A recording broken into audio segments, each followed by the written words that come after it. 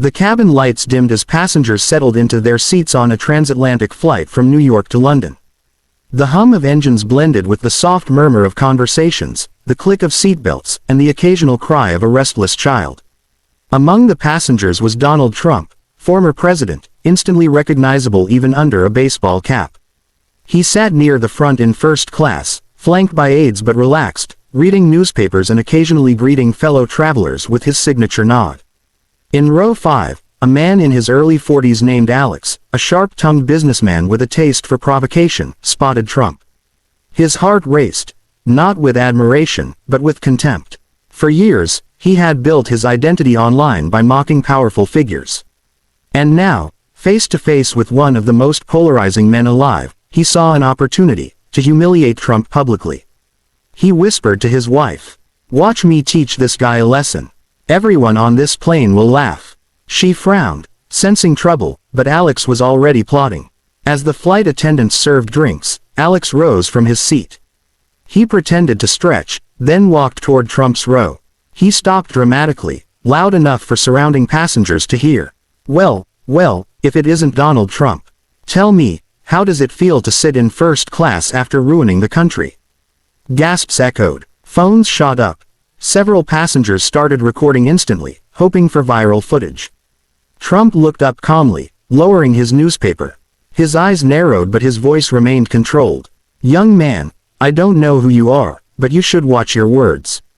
Alex smirked, emboldened by the murmurs around him. "Watch my words. You're a disgrace. I can't believe people still respect you." He turned toward the audience of passengers, expecting applause, maybe even cheers. For a second, he felt like a hero on a stage. But the applause never came. Instead, silence thickened, faces tightened, people shifted uncomfortably. A flight attendant approached quickly. "Sir, please return to your seat. This behavior is unacceptable." But Alex waved her off, determined to get one last jab. "You can't silence me. I have the right to speak the truth." Trump folded his arms, leaned back, and replied in a firm tone.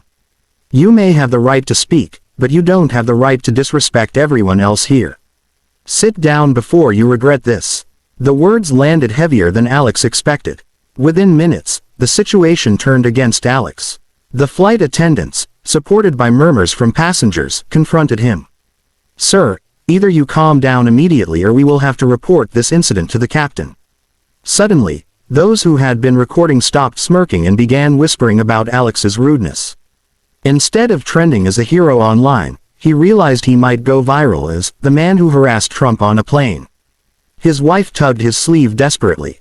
"Alex, stop. Please sit down." But the damage was done.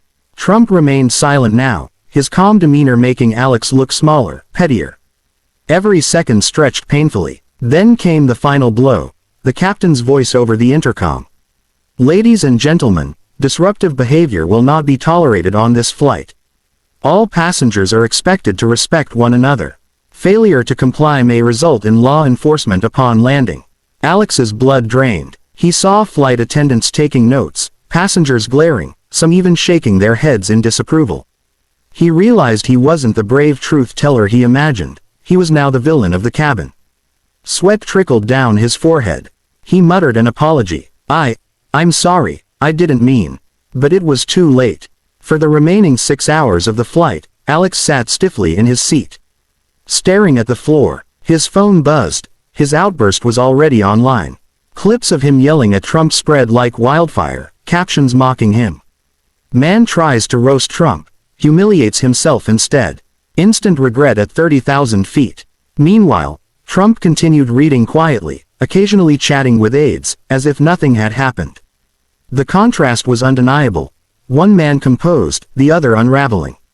When the plane finally landed, law enforcement officers were waiting at the gate. Alex was questioned, his name recorded, and he left the airport humiliated, his wife furious, his reputation shattered. The lesson was clear to everyone who witnessed it. Disrespect doesn't elevate you, it destroys you. Courage is not about insult, but about dignity. And for Alex, the regret of that flight would haunt him long after the plane touched down.